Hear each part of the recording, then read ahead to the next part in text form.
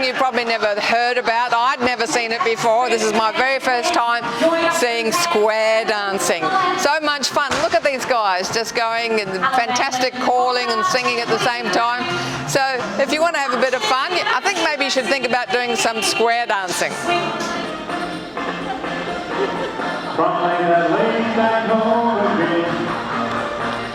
Excellent. Head couples, square through 4 hands. Go right, then left, then right, then left. And we're looking at the... So we're into square dancing. I just had a go myself.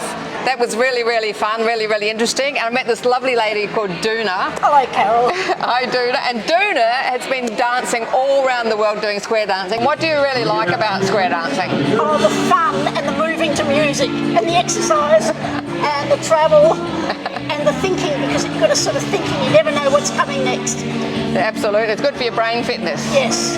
And now we have the amazing Laurina. She's a caller here at the square dancing, and she's been doing it since she was 11, is that right? That's right, yeah. And do you have to be a singer to be a caller? Do you have to have any singing training or anything? Not necessarily, but we do quite a bit of singing as part of our square dance calling, so it does help. Yeah. So how long does it take you to learn if someone wanted to start doing it? It probably took about a year to get the hang of the basics and get a real feel for it. And what's the age group of people that generally come to square dancing like today? Well, we get all sorts of ages. Probably our average is people in their 50s and 60s, and then we've had people dancing right into their 80s and 90s as well. So 80s and 90s, but mainly 50s and 60s at the moment. So about the average, yeah. And what types of music do you use? So we use all sorts of music. We hear a bit of country and western, we hear some rock and roll music, right up to popular hits of the 60s and 70s and some of the popular hits of today as well. So do you think we'll hear some Adele or something to a square dance? I don't have any Adele, but I'll try and throw something in for you. And for anyone that's sitting at home, 50s, 60s, 70s, 80s, you know, what would you say to them about if they wanted to try square dancing? Come along, give it a go. There's nothing to lose. And it's a really fun activity and guarantee you'll enjoy it. And here we have the really lovely and pink Wanda, looking very cute. Pink. Now, Wanda, you've been doing square dancing for how many years did you say? A long time, probably since I was about 18. And you're vision impaired? I'm blind, yes. We had a square dance club down at Vision Australia, and half of the dancers had low vision or were blind, and the other half were sighted.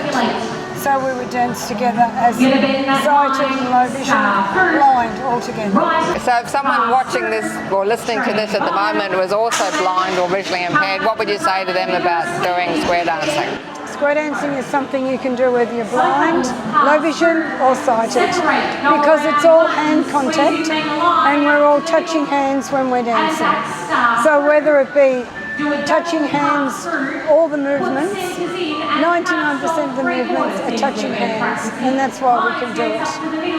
And it's great fun, it's exercise. I've met a lot of people through here, this group, and it's good fun. And if you're over 50? And if you're over 50 like I am, I'm 66, and it's exercise, it's fun.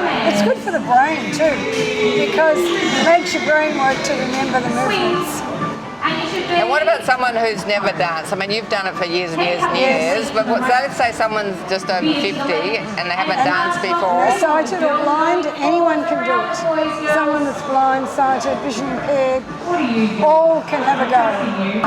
Just have fun. Get out there and have fun. Heads lead right circle.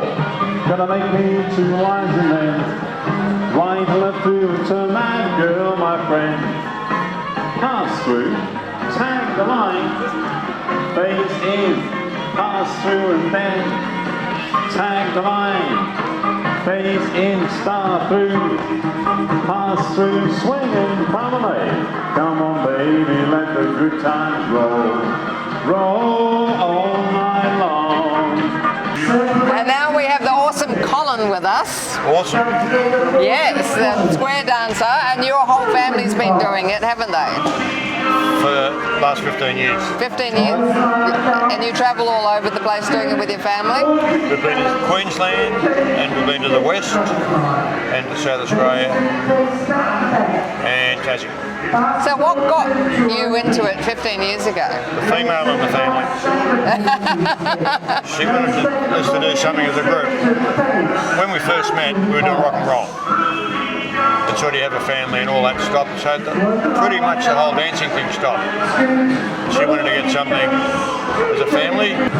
That's a common story though, people, you know, they stop once they have a family and then go back to it later in life. And you watch the people who've been doing it all the way through, and they're doing it like that. I'm my age, I have trouble learning stuff. So can we ask how old you are now? The wrong side of 75. So how long do you think you're going to keep doing square dancing for? 100 years. Another 100 years. Another 100 years? I reckon I might have another, I don't know, 8 years, Jimmy. So what do you like about the square dancing in particular? People. All the clubs are the same, but you know, our club seems to have that ability to look after people.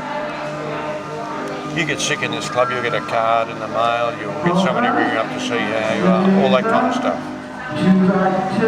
It's just nice, you know. So what happens if you're a beginner, you've never danced before, and you rock up? You should know. You just did it before.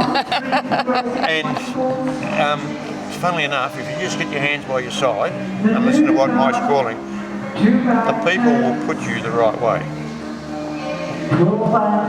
There's 150 steps in Main Street and variations of them. So it'll take you a year to learn it all properly so that you can do it without listening. And what would you say to someone sitting at home thinking, oh, that could be a bit of fun, something different? Get up and try it. You won't learn it on your butt. Will you make a fool of yourself? You might go whoops a few times. You did. Yes. I watched your face and you were having a ball. Now you're probably a bit exceptional because you're a bit gregarious, but nobody, you weren't holding anybody back. Everyone was having fun with you. So you come along here and you learn stuff. And for a while you're a slow learner, and all of a sudden you go, I can do that. So yeah, don't sit at home waiting for it to happen. Get out and make it happen. Come and watch for a while until the next beginner's class starts. Good fun. I'm the first thing I ever did. That was a real experience, a real eye-opener. Can't wait to get some of those dresses on. So it doesn't matter, as you heard, doesn't matter if you're 60, 70, 80, sight impaired, you should give it a go. All you first timers out there, we hope you enjoyed the show. If you'd like to catch up on past episodes, just head over and subscribe to YouTube Over 50 So What. And thanks to everyone for supporting the show. We'd love to hear about your adventures and ideas for segments you'd like to see on the show. Please join our Facebook group Over 50 So What. And if you want to go and check out that memory test from Dr. Michael Elstein, just head to the website carolohalloran.com or check out the details on the YouTube replay. Likewise, if you feel inspired to go and check out the square dancing, then head over to the website or the YouTube replay. So what are you doing still sitting there? Get up, get active, and try something new. I'm Carol, over 50, so what?